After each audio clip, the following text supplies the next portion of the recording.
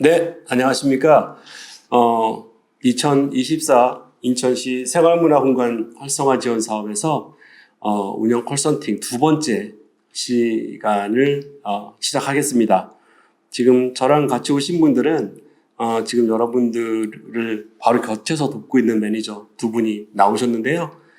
두 분 소개와 함께 맡고 있는 공간에 대한 설명을 간단하게 먼저 듣도록 하겠습니다. 네, 저부터. 네. 네, 저는 중구 동구 지역 담당하고 있고요.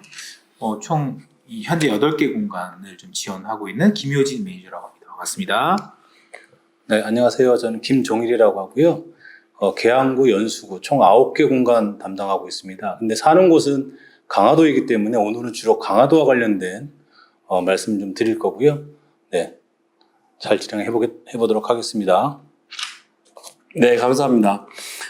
오늘 하는 내용에 대해서 좀 설명을 드릴 텐데, 일단 이걸 듣고 계시는 분들은 다 민간 영역에서 사비를 들여서 문화공간을 운영하고 계시고요. 또 지역 주민들과 함께 이런저런 추억을 만들면서 굉장히 많은 긍정적인 영향을 미치고 계시는 그런 분들이십니다. 그래서 그분들, 우리들이 하는 일이 주민들한테 어떤 영향을 미치는지에 대해서 좀 얘기를 좀 하고요. 그리고 지금 우리가 현실적으로 닥친 사회 문제와 더불어서 이것들은 그것과 어떤 관계가 있는가, 이 얘기도 좀 약간 하고, 그 다음에 뒤에 가서는 사실 이것이 가장 중요한 주제인데요.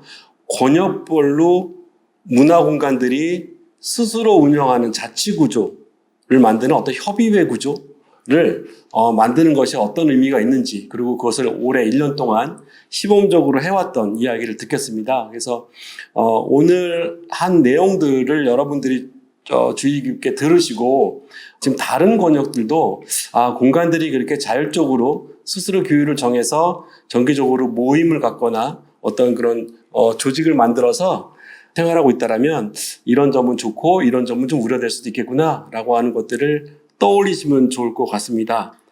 첫 번째 그러면 질문을 이제 제가 먼저 하려고 하는데, 일단 주민들이 자기 마을 옆에 있는 문화공간에서 이런저런 프로그램을 할 때 다양한 사람들을 만나고 또 기능과 기술을 익히기도 하고 할 겁니다. 그것이 주민들 일상생활에 어떤 영향을 미치는지가 사실 제일 궁금합니다. 이거는 정책적으로도 그런데요. 그 미치는 영향이 긍정적인 게 있다면 어떤 거가 있는지 한번 현장 매니저한테 듣는 걸로 하겠습니다. 이번에는 제 오른쪽에 있는 분부터 강화도 중심으로 얘기를 한번 듣겠습니다. 강화도의 실태라든가 이런 전반적인 것을 제가 이제 설명드리는 건 아니고, 제가 강화도 15년 살면서 느끼는 점을 좀 말씀드리는 건데, 이번 주제와 관련해서 그 주민들이 생활문화 활동에서 얻는 것은 무엇인가 이런 걸 고민 좀 많이 해봤어요.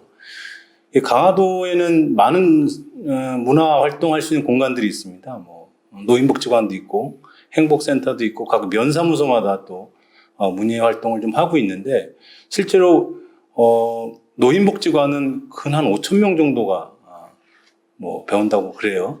강화도가 이제 노인 인구가 많아서 더 그렇지만 행복센터도 그렇고 거의 대기 순번이 굉장히 많습니다. 그런 만큼 이제 되게 활성화가 됐는데, 왜 그런가 봤더니 이게 정보를 교류하는 장이고, 마치 무슨 도시의 미용실 같은 거죠. 그리고 이렇게 뭔가 이렇게 나누는, 뭘 싸워서 먹는다든가 아니면 이렇게 공동체를 느낄 수 있는 건가 봐요. 그런 게 많은데, 제가 이제 이게 왜 중요한지에 대한 신뢰를 하나 생각이 나서 말씀드리는데, 한 번은 노인복지관이나 생복센터, 요즘에 이제 그 라인 댄스라든가 어르신들 춤추는 그런 프로그램들이 많아요. 왜 그러냐면 건강에도 좋고 이게 같이 어울리니까 더 좋다 말씀이죠. 근데 한 번은 작년에 있었던 일인데, 80세 넘으신 분이 춤을 추다가 쓰러지셨어요. 그래서 이제 응급실에 실려가셔가지고 돌아가셨습니다. 근데 그런 일이 있었는데, 그 주변에서 물론 이제 가족분들이 안타깝겠지만 그 주위에 같이 그 춤추던 분들이 뭐라 그러냐면 굉장히 행복하게 돌아가셨다고 그래요. 그런 거 보면 집안에서 쓸쓸하게 계시는 것보다 나와서 자기가 하고 싶은 거 하면서 그러다가 뭐 설사 안타깝게 됐지만 그렇게 나와서 사람들하고 어울리는 게 얼마나 중요한가를 말해주는 단편적인 사례가 아닌가 싶습니다. 그래서 특히 강화도에서는 이런 동네에서 어울리거나 아니면 행복센터라든가 노인복지관 이런 것들이 굉장히 중요하게 사람들에게 어떤 영향을 끼치고 있다. 저는 옆에서 봤던 사실을 좀 이렇게 말씀드립니다. 네. 네. 구체적인 사례를 들으니까 많은 영감도 오고 느낌도 오는 것 같습니다. 그러면 이어서 중구동구.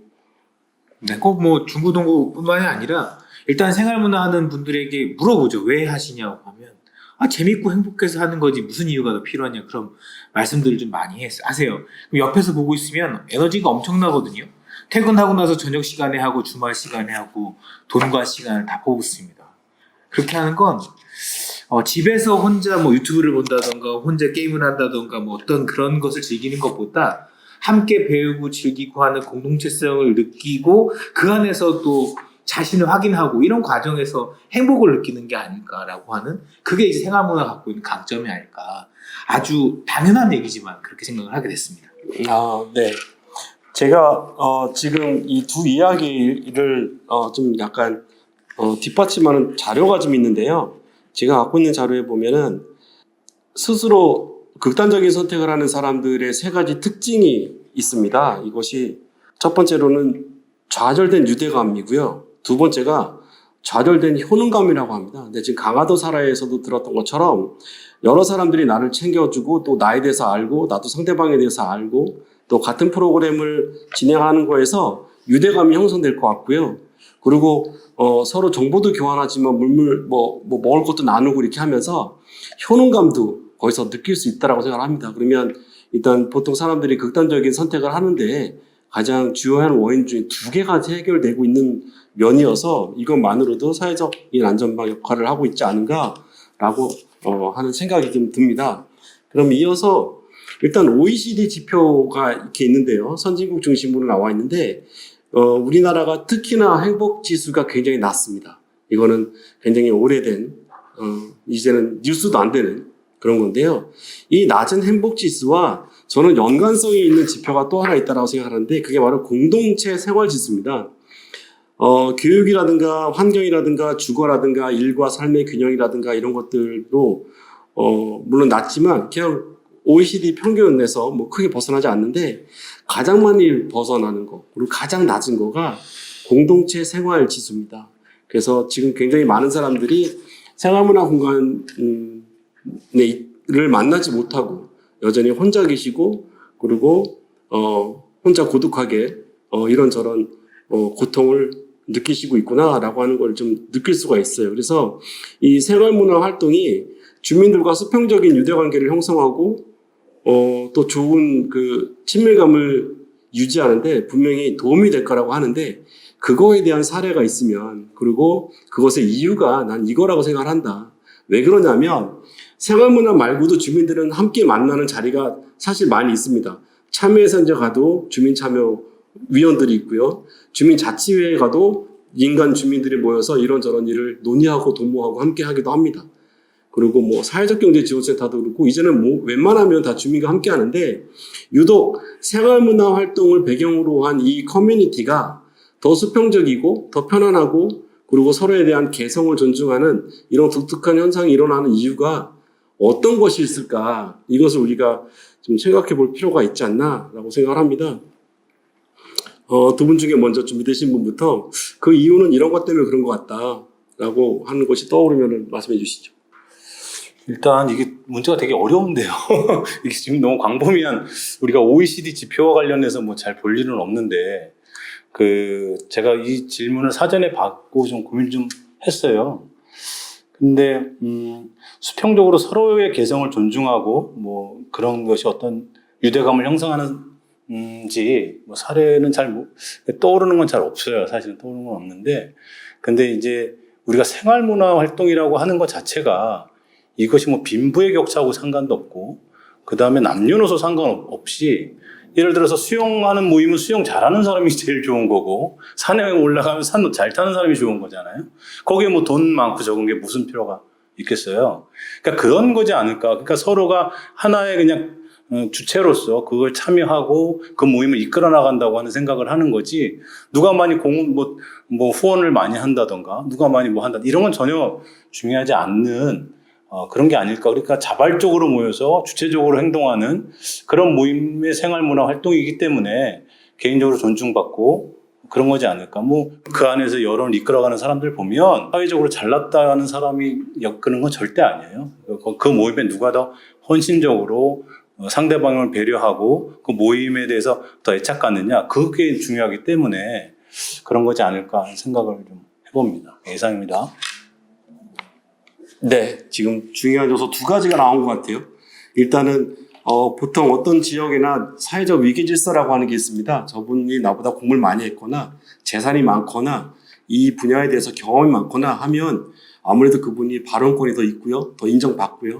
나보다는 그래도 주목하는 게 많이 있는데 이 생활문화 프로그램 속에서는 그러한 위기 질서가 다 리셋되는 게 있습니다. 아까 말한 것처럼 뜨개질이든 수영이든 등산이든 간에 먼저 경험한 사람이 인정받는 거죠. 그 사람이 학력이 어떻든 재산이 어떻든 간에 그리고 어떤 평소에 집에 살고 있는지 간에 그 사람의 배경이 하나도 적용되지 않고 상대방을 대한다라는 거가 있고 하나는 민주적인 운영에 대해서도 말씀해 주셨어요. 투표를 해가지고 선출을 해서 대표자를 뽑는다든가 회비를 얼마 낼지 함께 논의해서 결정한다든가 라고 하는 거에 대해서 그런 구조들이 그러한 장치들이 수평적이고 서로를 존중하는 유대감 형성하는 데 도움이 되지 않는가라고 하는 겁니다. 중구동구도 비슷한 사례가 있나요? 사례라기보다는 요인으로 볼 수 있을 것 같은데 일단 기본적으로 생활문화는 자발성에 기초하잖아요. 그러니까 우리 사회를 가동하는 뭐 예를 들어서 행정이 가동하는 것든 기업이 가동하는 것, 뭐 어떤 것든 자본이나 뭐 행정이나 이런 권력에서 자기 역할이 주어지는데 이거는 내가 하고 싶어서 하는 거고 내가 안 하고 싶으면 안 하는 건데 그 안에서 누군가 자기를 탄압하고 누군가 이렇게 휘두르려고 하면 할 이유가 없겠죠. 당연한 이제 요인이고 그게 강점이라고 생각을 하고 있습니다. 네. 네. 또 중요한 지점을 지적해 주셨습니다. 사실 우리가 이 산업사회를 쭉 살아오면서 기성세대들이나 중년이나 노인층들은 사실 자기가 하고 싶은 걸 하기보다는 해야 되는 일들을 하면서 평생을 살아오셨던 분입니다. 시켜서 하거나 역할이 주어졌기 때문에 그 일을 수행하거나 하는 건데 이 생활문화는 내가 하고 싶은 것을 하는 거다. 내가 스스로 선택했고 내가 하던 말던을 내가 결정한다라고 하는 측면에서 자존감도 많이 오르고 그리고 내적으로나 정서적으로나 많은 도움을 받는다라고 저는 생각을 합니다. 그 다음 주제에 대해서 얘기할 건데 특히 중고동구가 좀 관심이 많을 것 같아요. 본격적인 고령화 시대가 빠르게 진행되고 있습니다. 근데 이 생활문화 정책, 특히 이 문화공간 지원 사업 같은 경우 올해 7년을 맞으면서 그 고령화 시대에 맞춰서 변화하고 성장하고 있는가라고 하는 질문을 할 때는 약간 의문이 들기는 합니다. 그래서 지금 이야기할 거는 본격적인 고령화 시대를 맞으면서 그들에게 필요한 프로그램이 특별히 지금 있는가 하고 그분들이 이 사업을 받았을 때 잘 처리할 수 있는가, 즉 제도적인 변화는 필요가 어떤 것이 있을 수 있는가라는 얘기를 좀 하고 싶어요. 네. 일단은 이게 자발성에 기초한 생활문화다 보니까 무슨 정책을 내거나 할 때 아니 그거는 자발적으로 알아서들 하셔야 되는 거지 그걸 왜 행정에서 지원하냐 이 정책적으로 왜 지원해야 하냐라고 하는 그런 물음들에서 자유롭지는 않은 것 같아요. 그래서 생활문화 공간을 활성화시켜야 된다라고 하는 것까지는 동의가 되지만 그걸 어디까지 할 거냐에 대해서 행정은 선을 좀 혼란스러울 수밖에 없는 것 같다. 그런 차원에서 고령자들은 조금 더 나은 것 같아요. 취약계층에게는 뭐 노인복지관도 있고 생활문화센터 이런 곳들도 있어서 좀 지원하는 프로그램들이 있는데 사실은 거기 또 가는 분들만 가신다고 하는 거죠.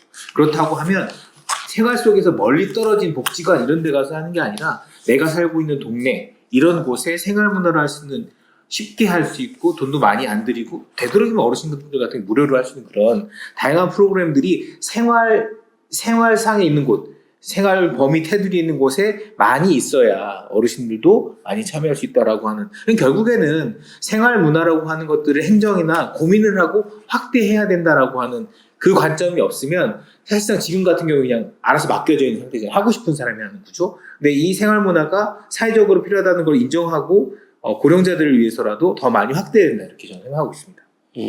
네, 중요한 말씀 주신 것 같습니다. 생활 속에서 지금 아까 그 강화도 사례에서도 들었지만 노인복지관 같은 것들은 사실 많이 곳곳에 지을 수가 없습니다. 그 예산이 많이 들기 때문에.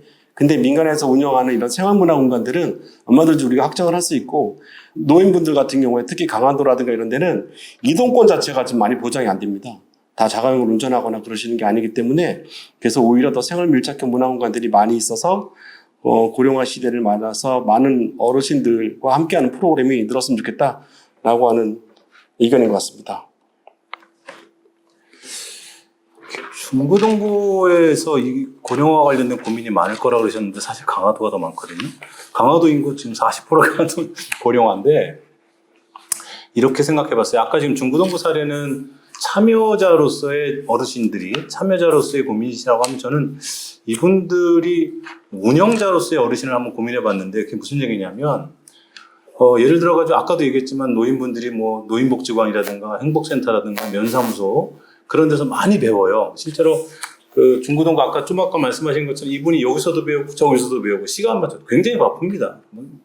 진짜 백수가 과로 산다는 게 난 그런 거지 싶은데, 노인분들이 굉장히 바빠요. 근데 그런 만큼 뭐냐면 취미로 시작했다가 이것이 특기가 돼가지고 어르신들 웬만한 사람들보다 더 잘하는 분들 많아요. 그게 요리가 됐든 무슨 장 담그는 것이 됐든 뭐가 됐든 간에. 그런데 그거를 배우는 과정에서만 계속 배운단 말이죠.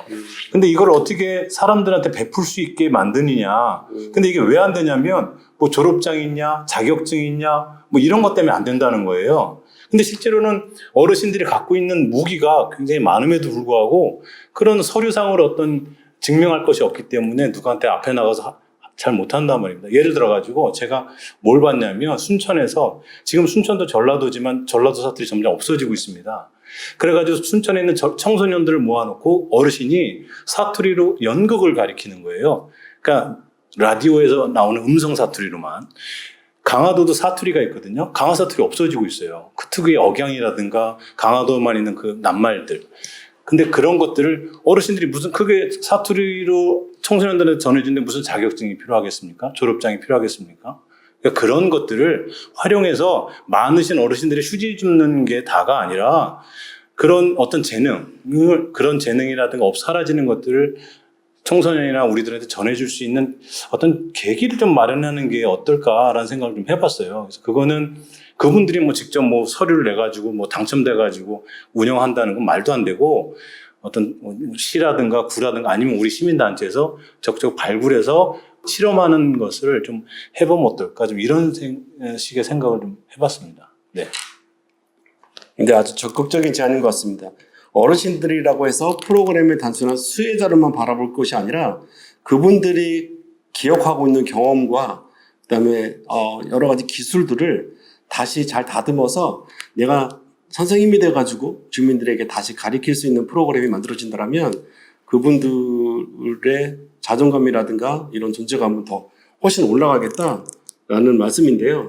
저도 그래서 생각나는 몇 개 프로그램이 있는데 주민강사 프로그램이었습니다. 그래서 지역에 있는 오랫동안 중국집을 운영하셨던 주방장님이라든가 세탁소를 오래 운영하셨던 사장님이라든가 그 다음에 방앗간 사장님한테 이 프로그램을 지역 청년이나 아이들에게 강의를 할 수 있는 장을 만들어서 그분들이 나름대로 전달할 수 있는 것들을 PPT도 만들고, 물론 그건 이제 도와줘서 해서 그 수업을 진행했을 때 그분들이 느끼는 그 놀라운 경험이라는 거는 말로 표현하기 힘들었었어요. 그리고 이제는 주민들이 이제 그 사장님들을 봤을 때 이제 선생님이라고 부르는 사람들이 늘기 시작한 거죠. 새로운 존재감을 느끼는 걸 봤습니다. 자, 이렇게 해서 고령화 시대에 맞는 정책이라든가 혹은 프로그램이라든가 이런 것들은 다양하게 적극적으로 개발이 돼야 될 필요가 있다고 생각을 하고요.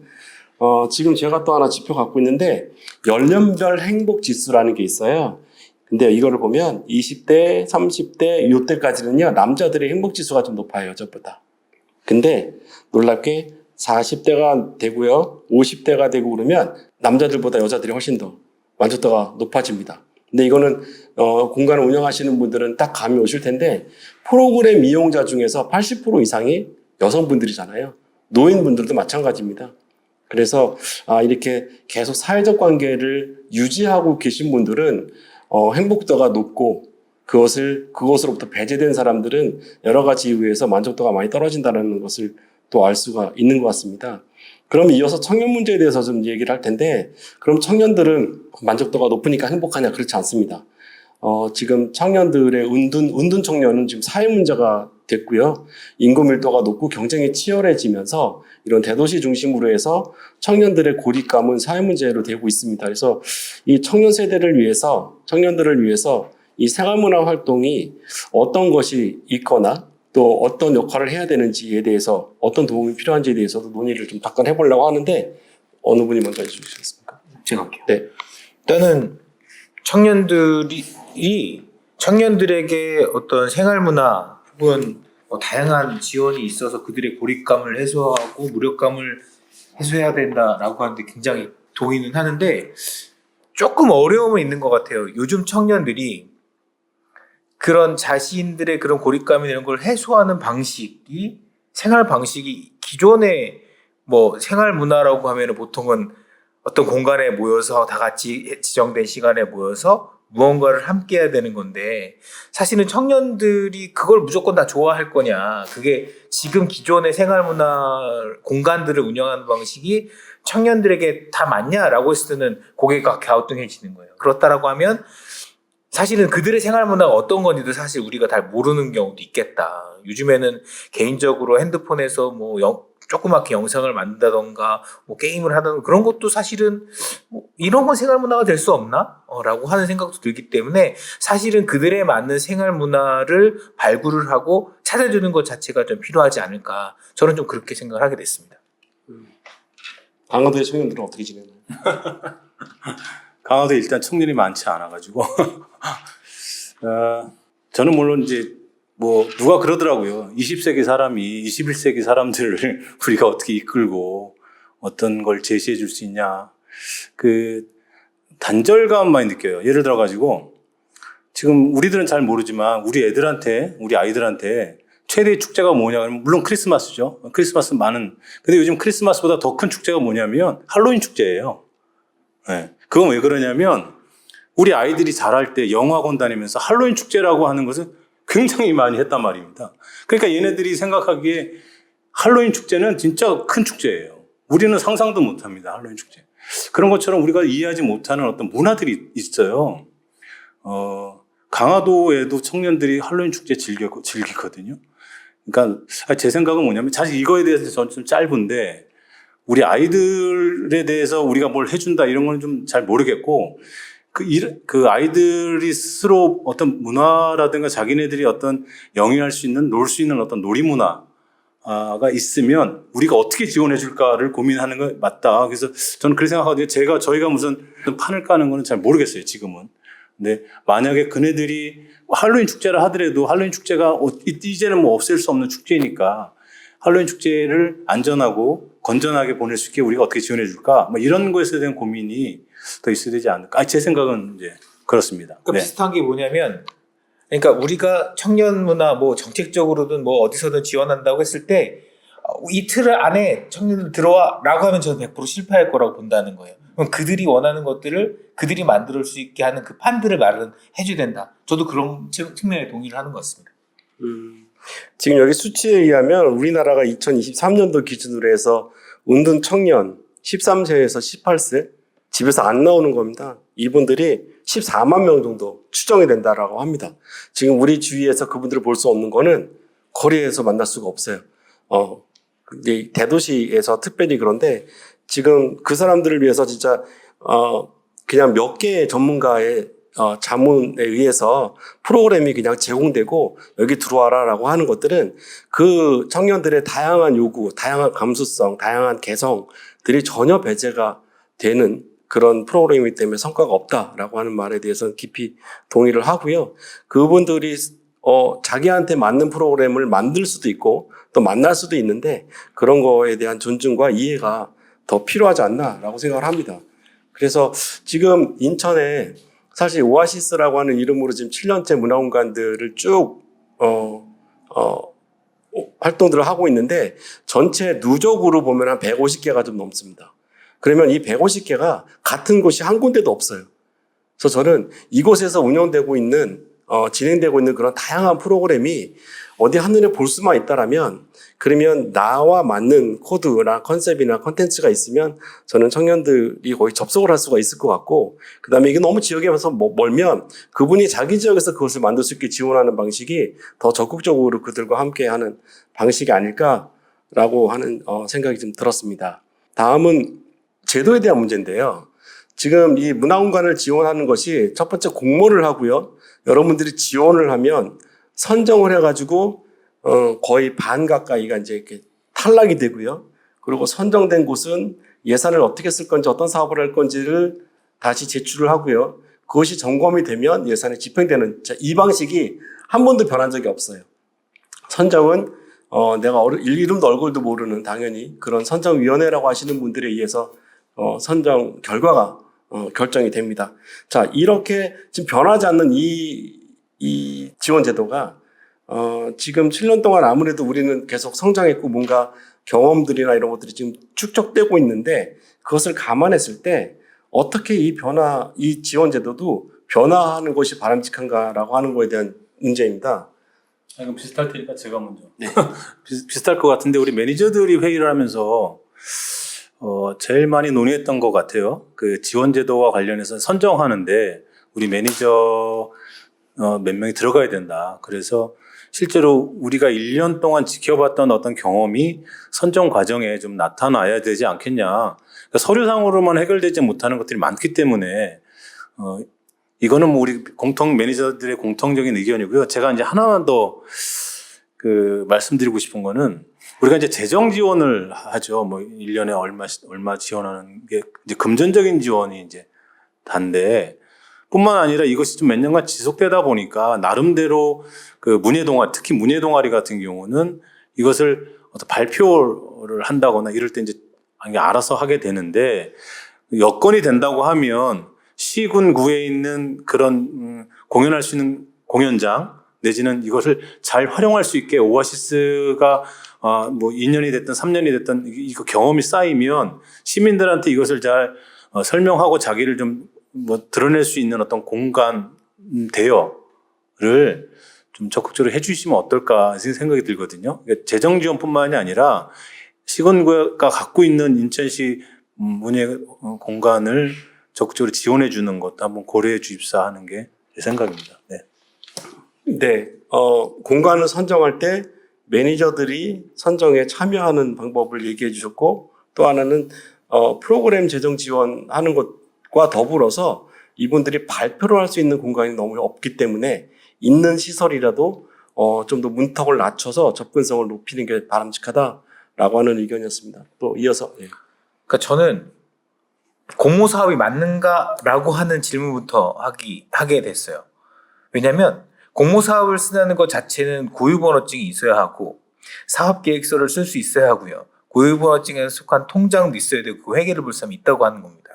그러니까 굉장히 어느 정도 수준에 힘들지만 어느 정도 수준에 올라와 있다라고 하는 거예요. 근데 생활문화를 하는 다수의 동호회나 동아리들은 고유번호증도 없고 사무실도 없고 그런 곳이 굉장히 많다는 거죠. 임의단체도 아닌 곳들도 굉장히 많아요. 그러면 공간을 지원하기 위한 사업인지 아니면 생활 문화를 확산하기 위한 것인지를 좀 함께 고민했으면 좋겠어요. 저는 생활 문화가 확산돼야 되는 거고 그런 생활 문화가 확산되기 위해서는 그런 말씀하신 인프라들이 좀 구축이 되어 있어야 할 수 있는 데가 있어야 사람이 모일 거잖아요. 그러면 우리 공간들도 지금에야 어느 기간 동안에야 재정 지원을 받아서 그 공간을 운영한다지만 정말 좋은 구조는 이 생활문화 공간을 우리가 갖고 있는데 여기에 회원이 100명, 200명, 300명 이렇게 돼. 그래서 매달 회원이 많아져.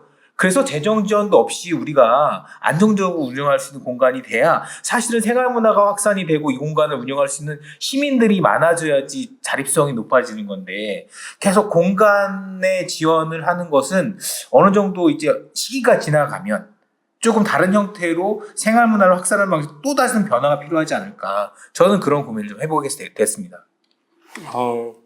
공모 방식에 대한 문제 제기를 좀 하셨었어요. 일단은 공모 방식 자체가 문턱이 좀 높다. 기획서를 쓸 수 있어야 되고 고유번호증이 있어서 사업자 등록을 한다거나 이런 자격 조건 자체가 좀 높다. 그래서 사각지대가 있는데 사실 그 사각지대에 많은 사람들이 이 생활문화를 통해서 얻는 정서적 안정감이라든가 유대감 형성하는 거가 더 필요할 수도 있는데 그분들은 사실 배제가 되어 있다라고 해서 그것을 해소하기 위해서 그분들이 쉽게 편안하게 참여할 수 있는 그런 방식들이 고민돼야 된다. 굉장히 많은 인프라들이 만약에 있으면 거기에 쉽게 참여할 수 있는 것만으로도 그 혜택을 누릴 수 있어야 된다라고 하는 이야기를 해주셨습니다. 네, 7년의 노하우를 잘 품을 수 있는 지원 제도가 어떻게 하면 성장하고 좀 나아질 수 있는가에 대해서 얘기를 했는데 여기에는 사실 두 가지 축으로 논의를 해야 되는 것이 사실인 것 같습니다. 하나는 지원을 하는 주체입니다. 시가 됐던 문화재단이 됐던 공공, 시정부에서의 변화가 있을 것 같고요. 또 하나의 변화는 그 지원을 받는 주체예요. 받는 대상, 우리 문화공간들. 우리 문화공간들은 그럼 어떤 구조와 어떠한 태세를 갖추고 있어야 그 변화한 정책과 제도에 의해서 지원을 받을 수 있는가. 이렇게 두 축으로 이루어질 수 있을 것 같습니다. 사실은 아까도 중구동구 사례에서도 나왔던 것처럼 자기가 좋아서 하는 문화활동을, 취미활동을 왜 정부에서 선정하고 지원하고 또 누구는 주고 누구는 안 주고 하는 것들을 하는가라는 거에 대해서 근본적인 퀘스천이 있었던 것도 사실입니다. 근데 그건 앞서 얘기했던 것처럼 지금 만족도라든가 뭐 자살률이라든가 여러 가지 정서적 수치가 안 좋은 상태에서 이러한 생활은 그분들을 일단은 살게 하고 그리고 생활의 즐거움을 느끼게 하고 그다음에 존재감을 확인하게 하는 이런 되게 중요한 역할을 하고 있구나라는 것을 어렴풋이 확인할 수 있었고요. 그러면 그거에 맞는 제도가 바뀌려면은 일단 아까 말씀드린 것처럼 우리도 뭔가 바뀌어야 되는데 어떻게 바뀌는 것이 좋은가라고 해서 올해 하나의 실험을 해봤습니다. 그것은 권역별로 오아시스에 참여하건 아니면 안 하건 아니면 했던 아니면 앞으로 할 것이건 간에 모든 민간문화공간들이 그 권역별로 어떤 네트워크를 뛰어넘는 그런 결속된 조직을 만든다면 이분들이 정기적으로 회의도 하고요. 그 다음에 자체적으로 규율도 만들어서 그것을 준수하고요. 그것을 못 지키거나 아니면 그걸 위반했을 경우에 거기에 맞는 적절한 제재도 가할 수 있고요.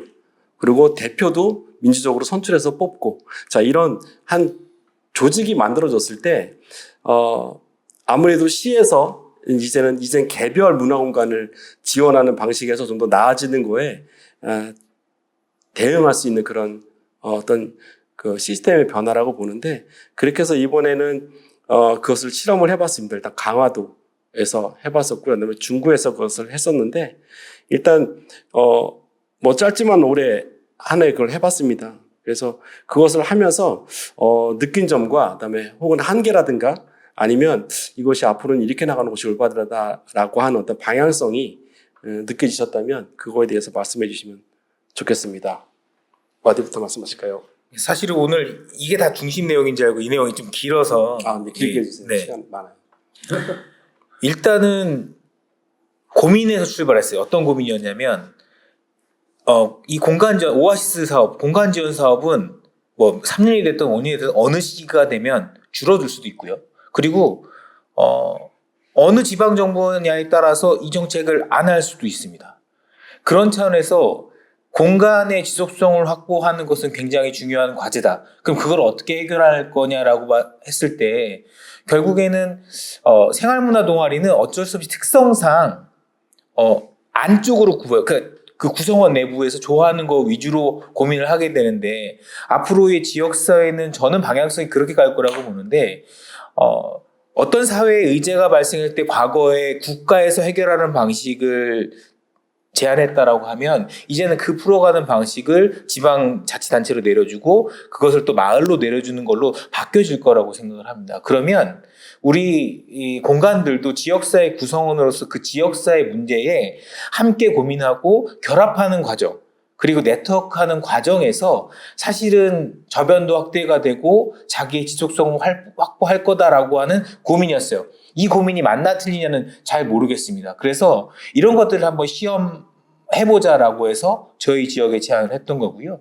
저희가 했던 지역은 동구라는 지역인데 동구는 인천에서 대표적인 원도심이죠. 그래서 현재 인구가 6만이 안 되는 도시예요. 그러면 인구도 많이 빠져나가고 노후화되고 또 어르신들도 굉장히 많고 또 활력이 떨어지는 것들을 사실 어떻게 회복할 거냐라고 하는 게 그 지역 전체 구성원들의 사실은 고민이었으면 좋겠고 생활문화도 그 한 축을 담당했으면 좋겠다라고 하는 거였어요. 그래서 지역에서는 지역을 살리기 위한 다양한 축제들이 있습니다. 저희 같은 경우에는 화수부두 축제 좀 낙후된 화수부두 있죠. 배다리라고 하는 헌책방 옛날에 그곳이었는데 배다리 축제도 있습니다. 또 얼마 전에 인천시 도시생 축제를 동구에서 유치하기도 했었고요. 이런 각각의 지역 축제에 우리 생활 문화가 자기의 역할을 갖고 참여해 보는 것들이 되게 중요하겠다라고 해서 일단은 기본적으로 이런 축제들에 참여하실 수 있게 좀 공간을 제공했던 게 있고 저희가 이번에 시범 사업을 했던 거는 만석화수 해안 산책로라고 있습니다. 뭐냐면 인천은 바다를 접하고 있는 도시죠. 근데 바다를 실제로 대면하고 활용할 수 있는 공간이 많지가 않아요. 월미도 정도라고 할까요? 그리고 뭐 소래포구 정도? 외에는 바다를 볼 수가 없는 대다수는 공장이나 이런 항만시설에다 막혀있기 때문에 여기에 동구 쪽에 이 만석화수 해안산책로라고 만들어 놨는데 사실은 구청에서 만들어진 지 얼마 안 돼서 아직 주민들이 어떻게 진입하는지 잘 모르셔요. 여기를 좀 활성화해야 된다라고 하는 게 지역사회 의제다. 그럼 이 지역사회 의제를 우리가 확인했으면 이걸 어떻게 활성화할 수 있을까? 생활문화가 결합할 수 없을까를 함께 지역사회가 고민했으면 좋겠다라고 하는 화두를 저희 이 공간들에게 던진 거고요. 감사하게도 한 3개 공간 정도가 함께 참여를 해서 거기에서 걷기도 같이 이제 프로그램을 짜서 진행을 하고 걷기에서 도착했을 때 거기에 우리 생활문화 공간들이 체험 프로그램을 제공을 하고 도착했을 때 어떤 저기 악기하고 이런 밴드 하시는 분들이 악기도 공연을 해서 시민들한테 들려드리기도 하고 그러니까 작은 축제장을 이렇게 만들면서 이 지역사회에서 생활문화 공간들이 역할을 찾아가면서 더 저변이 확대되지 않을까 그런 고민을 했었고 사실은 이런 걸 하기 위해서는 다양한 기관들하고 협력을 해야 되는 건데 사실은 생활문화 공간들이 이런 지역 기관들하고 협력하는 과정 자체를 해본다는 것 자체가 의미가 있을 거다라고 그렇게 생각을 했고 그리고 지난 11월 며칠 전에 이제 끝났는데 처음에 한 100명 정도 오시지 않을까라고 했는데 300분 정도가 오신 거예요. 그래서 행사가 굉장히 성황리에 맞춰졌고 그리고 끝나고 나서 저희는 평가를 해볼 것 같아요. 저희 한 공간 중에 한 화수정원 마을이라고 하는 공간이 생활문화하는 여러 동호회를 합쳐서 다른 곳은 이제 그 고유번호증도 없는 그런 이제 이미 조직, 이민단체였는데 3개 단체를 뭐 밴드 하는 분들하고 하모니카 하시는 분들, 색소폰 하시는 분들 합쳐갖고 재물포 문화 클럽이라고 이렇게 네트워크 단체를 이렇게 조성을 하셨어요. 거기랑 이제 저희 생활문화 어떤 목공이나 이런 하는 것까지 다 합쳐서 이렇게 진행한 거기 때문에 저희 자체는 평가가 되게 좋아요. 그러면 이렇게 한번 실험을 했는데 다음에는 지역사회와 어떻게 결합을 할지를 이제 논의를 하게 될 수 있을 것 같아요. 그러면 사실은 저는 굉장히 발전한 거라고 생각을 하거든요. 우리 동아리를 어떻게 잘 준비할지, 우리 동아리에서 어떻게 행복할지 뿐만이 아니라 지역사회를 고민하게 됐다는 것 자체가 큰 성과라고 생각을 하고 그럼 이거를 어떻게 이어나갈 수 있을 거냐는 앞으로 동구가 가진 과제가 아닐까 이렇게 생각을 하고 사실 매니저의 입장에서는 이런 거 연결해 주는 게 사실 더 의미가 있다고 보거든요. 사실은 뭐랄까 정산 도와드리는 것도 물론 의미 있는 일이지만 그것보다는 사실은 지역에서 더 큰 역할을 할 수 있게 돕는데 아주 작게나마 실험을 해본 게 의미가 있지 않았나 그렇게 좀 생각을 합니다. 네. 초반에 말씀드렸던 것처럼 내가 좋아서 혹은 내가 좋아하는 거를 뭐 실력을 쌓기 위해서 참여하는 그 여가생활 정도로만 여겼던 이 생활문화가 지금 말씀하신 것처럼 지역사회 내가 사는 곳에 일어나는 현안을 직접 개입을 해서 그것을 해결하는데 큰 보람을 느끼는 그런 활동으로까지 이어졌다. 즉 이기적인 활동이 아니라 이건 공익적인 거고 공공적인 거다라고 하는 것들이 계속 이렇게 성장해 나가는 것 같아요. 과거의 사회 문제 해결은 국가나 행정이 했던 것이 맞습니다. 그게 주체가 돼서 해결하는 게 맞았는데 너무 많은 사회 문제들이 생기면서 이제 국가나 행정에서 담보할 수 없는 상황까지 됐습니다. 그런 지 오래됐고 그렇게 해서 시민사회가 참여하는 거버넌스라고 하는 개념이 나오기 시작을 했고요. 그래서 이제 행정이 주도해서 전적으로 해결했던 다양한 사회 문제들을 이제 주민이 참여하지 않으면 시민이 참여하지 않으면 그 문제의 원인조차 파악하지 못하고 해결은 더군다나 더 못하는 상황까지 왔습니다. 그렇게 되면 이제 어떤 문제가 생기냐면 개별 동아리들한테 일일이 제안을 해서 어떤 주체가 제안을 해서 이런 현안에 대해서 이야기를 하고 거기에 대해서 공감을 이끌어내서 그렇게 해서 거기에 동의한 사람들과 함께 어떤 프로그램을 만들고 기획을 해서 그 지역사회, 마을의 현안을 개선해 나간다. 이거 굉장히 좋은 경험이고 되게 올바른 방향성을 제시하는 그런 기억인데 이것이 구조적으로 되려면 즉 어떤 동아리는 나한테 말을 걸었기 때문에 그 정보를 알 수 있어서 참여할 수 있는 기회를 얻었지만 그 정보를 얻지 못하는 동아리들이나 커뮤니티도 굉장히 많을 거예요. 이렇게 되면 커뮤니티들 안에서 지역사회에 참여를 자주 하는 데가 있고 그 다음에 그와 무관하게 지내는 곳이 있고 이렇게 양극화가 될 우려도 되게 있습니다. 그래서 아마 협의회라든가 협회라든가 이게 느슨하든 아니면 강도가 높든 어쨌든 이게 묶여 있어야 그런 것들이 공론화가 되고 거기에서 참여와 뭐 안 참여나 이런 것들도 스스로 정할 수 있는데 이거는 구조적으로 만들어야 될 필요가 있다라고 생각합니다. 시에서는 순환보직제라고 하는 게 있어서 이 사업을 나랑 굉장히 잘 호흡을 맞춰서 했던 담당자가 2년 동안 있지는 않습니다. 그 다음에 이제 얼른 가기 때문에 어떤 사람, 어떤 담당자가, 사업 담당자가 오느냐에 따라서 우리가 활성화되기도 하고 침투되기도 하는 거, 이 문제를 해결하기 위해서라도 우리가 협상 대상에 대한 자격 조건, 그리고 협상력에 대한 어떤 역량 강화, 이런 것들은 함께, 도모가 돼야지 이것이 지속할 수 있지 않을까라는 생각이 듭니다. 그럼 이어서 강화도. 지금까지 이제 여태까지는 우리가 이제 거대 담론에 대해서 이제 얘기한 거고 사실은 이제 지금 말씀하신 그러면 강화도에서 어떻게 할 거냐, 강화도에서 어떤 준비를 하냐 이제 이 얘기가 시작되는 것 같은데요. 사실 이것 때문에 이제 오늘 제가 온 거지 않을까 싶은데 우리가 이제 동아리라든가 오아시스 각 공간의 어떤 우리가 뭐 지역을 고민하기에는 강화도는 아주 좀 먼 것 같아요. 실제로 강화도에서 으쌰으쌰 해가지고 지금 5군데가 모여서 뒤에 말씀드리겠지만 하여튼 이런 걸 논의하는데 우리의 첫 번째 고민은 딴 거 없어요. 그냥 우리가 아마추어들이 설 수 있는 모델을 좀 만들어 보자 이런 단순한 고민이거든요. 예를 들어서 강화도에도 축제가 많아요. 뭐 중구동구도 많겠지만 우리 뭐 진달래 축제니 무슨 새우젓 축제니 무슨 뭐 만이산 축제니 많거든요. 거기다 뭐 공설운동장에서 온갖 가수들 다 오고 엊그저께 11월 2일 날 뭐 와그라굴 축제라 그래가지고 뭐 공일오비 장필순이 막 오는데 동네에서 하는데 한 100분 50분 앉아서 박수치고 그러니까 이제 가수들이 엄청 온단 말이에요.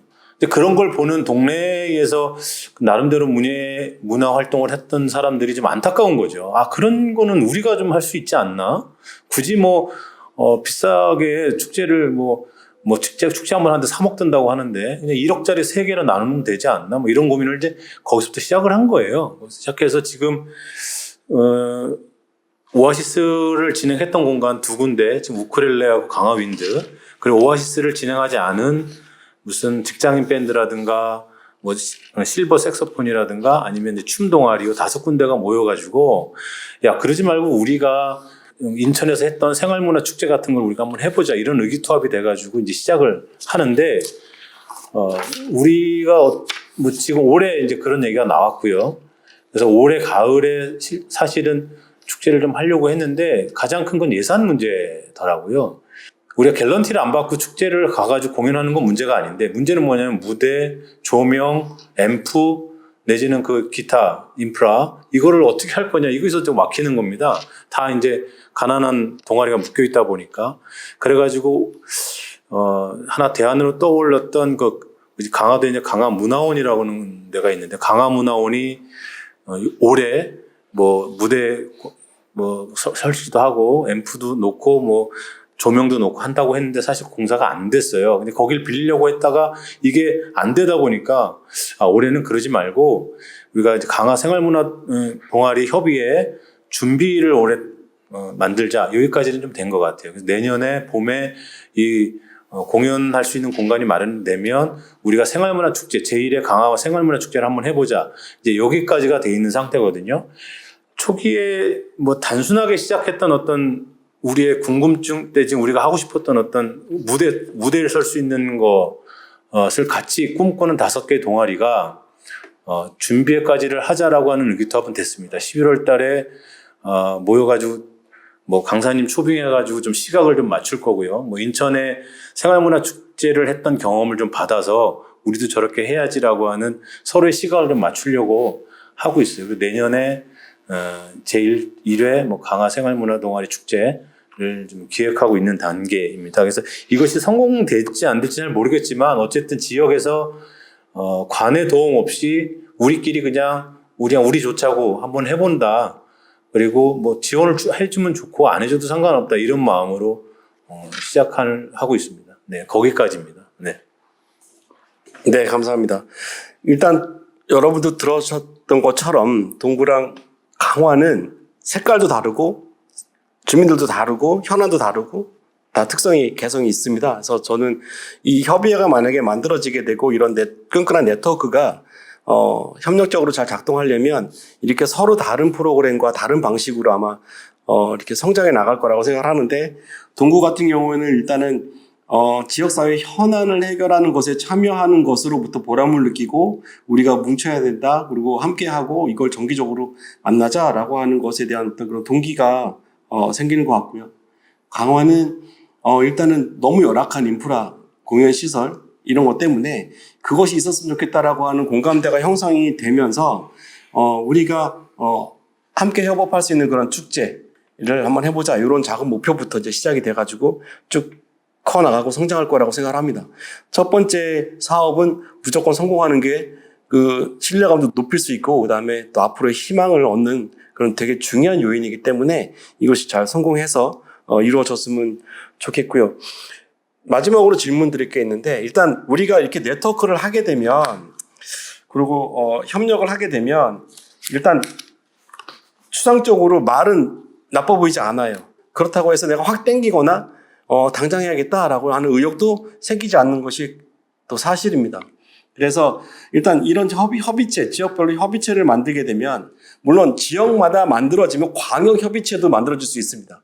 그건 이제 나중에 일이겠지만 협의체가 만들어지면 상상할 수 있는 긍정적인 효과라는 것들이 한 몇 가지가 있는데 말씀을 드리면 일단은 공간이라든가 인력이라든가 프로그램이라든가 경험과 노하우를 서로 교류할 수 있어서 각자의 공간들의 콘텐츠가 풍부해질 수 있다는 걸 상상할 수 있고요. 또 하나는 이렇게 뭉쳐 있다 보면은 일단 좀 더 큰 규모의 프로젝트라든가 지원 사업에 도전할 수 있습니다. 한 공간이었을 때는 그 감당할 수 없는 그런 프로젝트 같은 것도 아까 강화도에서 그 많은 돈이 들어가서 연예인들이 와서 하는 그런 노래자랑이라든가 뭐 이런 축제 같은 것들도 받을 수 있는 규모를 만들 수가 있다는 것도 상상할 수 있고요.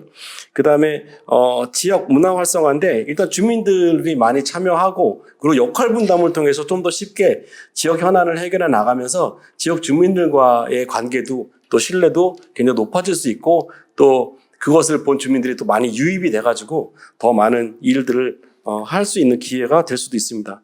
그 다음에 저는 이게 가장 매력적인데 정책을 제안할 수 있는 영향력이 확대되는 겁니다. 이게 규모가 있게 되면은 일단 정책을 만들고 혹은 형성할 때 우리가 합법적으로 개입할 수 있다는 거죠. 지금 주민자치가 모든 지역마다 다 퍼져 있고 지금 안정화가 되어가고 있는데 이제 그 문화자치 시대가 옵니다. 문화자치 시대라고 하는 거를 간단하게 말씀을 드리면 국가에서 내려오는 교구부 중에서 문화예산이 과거에는 어디다 써야 되는지 항목들이 정해져서 내려왔어요.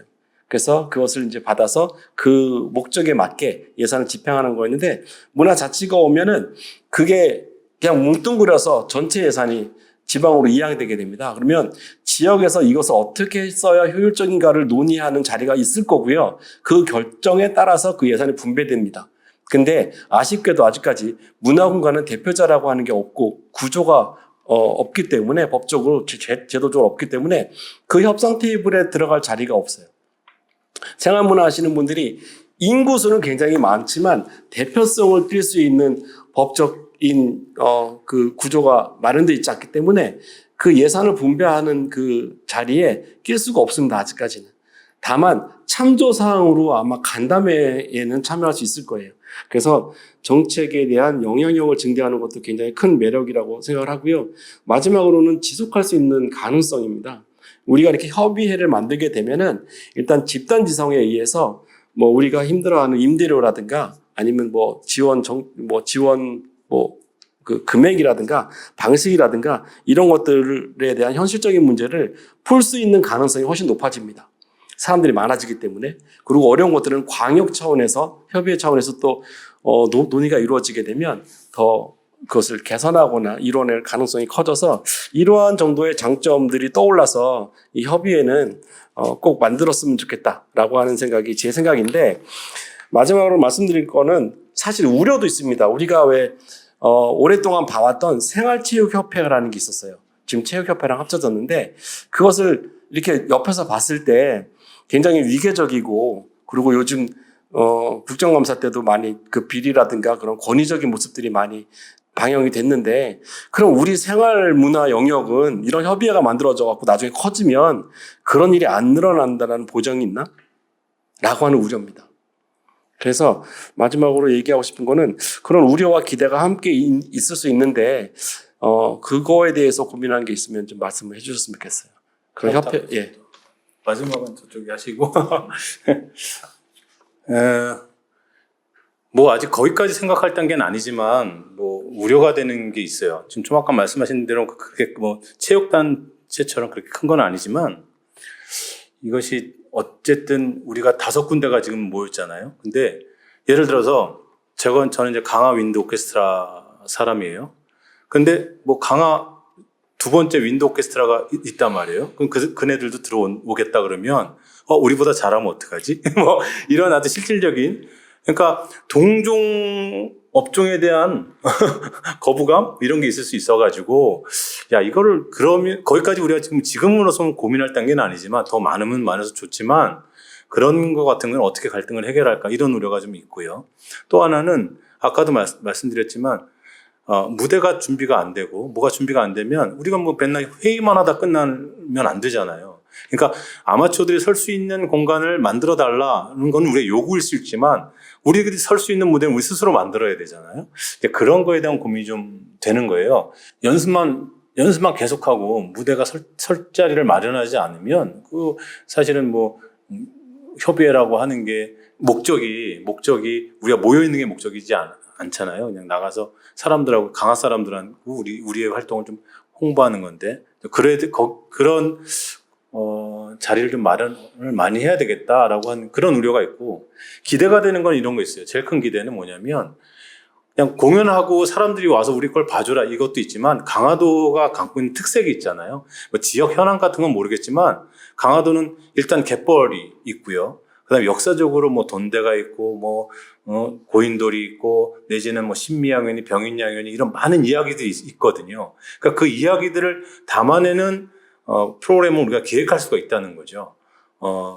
예를 들어서 7월 그 신미양요가 벌어진 해가 뭐 6월달 음력 6월달인데 6월달 되면 우리 신미양요를 기억합시다라고 하는 공연을 할 수 있고요. 그러니까 군에서는 절대 안 하는 것들이에요. 군에서는 이런 게 뭐 역사 좋아하는 사람들만 하는 거지 자기네들은 행정적으로는 진행하지 않는데 우리는 자유롭게 우리가 주제를 가지고 강화도를 알리고 또는 그것을 녹여낸 우리가 공연하는 걸로 알려내는 그런 활동들을 뭐 자유롭게 할 수 있지 않을까 그런 생각을 좀 해봤습니다. 네.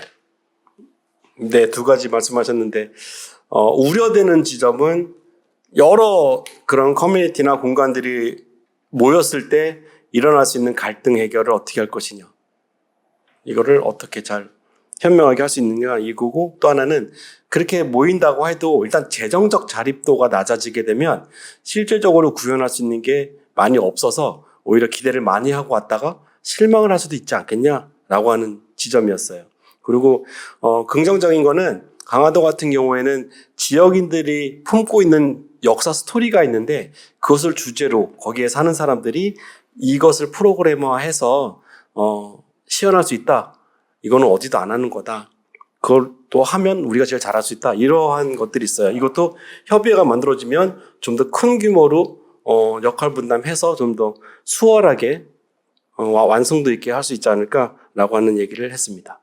이어서 저는 우려가 저희가 이제 이 협의회 등 뭐 네트워크 조직이 필요하다라고 하는 것을 알고 있었기 때문에 몇 년간 시도를 안 해온 게 아니에요. 잘 안 됐어요. 그래서 우려가 뭐냐면 쉽게 안 만들어질 거다라고 하는 게 우려입니다. 그러니까 결국에 그것을 만들었을 때의 효능감이라고 하는 게 그 공간들이 느껴져야 된다고 생각을 하거든요. 그러니까 예를 들어 생활체육을 고민해 보면, 예를 들자면 배드민턴을 하는 사람이 되게 많은데 배드민턴장이 없어요. 그럼 배드민턴 하는 사람들이 모여서 배드민턴장을 만들어 달라고 뭐 이렇게 모여서 하겠죠.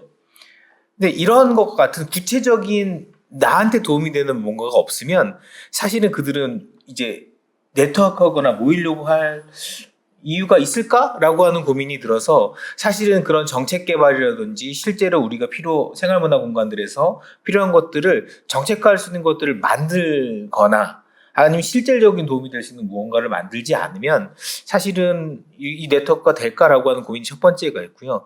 반대로 기대는 이런 것들이 충족이 됐을 때, 그런 효능감이 충족이 됐을 때는 굉장히 많은 것들을 해볼 수 있겠다. 만약 생활문화 동아리가 생활체육하는 분들만큼의 힘을 가진 곳이 된다라고 하면 생활문화 정말 많이 확대될 수도 있겠구나라고 하는 기대도 하게 됩니다. 네,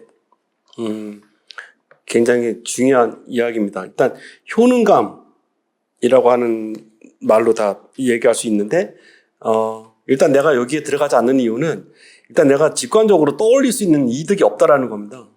오히려 손해가 좀 있을 것 같긴 한데 내 콘텐츠가 유출이 된다거나 뭐 이런 거, 그리고 괜히 지금 얼마 안 되는 지원금을 우리가 지금 나누고 있는데 더 많은 사람들이 들어오게 되면 이건 좀 파일을 나눠먹는 거가 점점 작아지는 거 아니야? 뭐 이런 생각도 할 수가 있고요. 그다음에 긍정적인 측면이라고 하는 거는 효능감을 발견했을 때, 작지만 성공에 대한 경험을 했을 때, 그것이 거기에 참여했던 공통의 기억이 됐을 때, 그리고 그것이 집단적으로 어떤 성취감이 돼서 희망으로 이어질 수 있을 때, 이때는 이것은 굉장히 잘 작동하고 더 성장할 수 있을 거다라고 하는 이야기입니다. 근데 저는 여기서 하나 느낀 게 이거였어요. 우리가 공간을 운영하는 기획자고 프로그램 진행자고 강사고 하지만 또 한면으로는 일반 생활인이기도 하잖아요.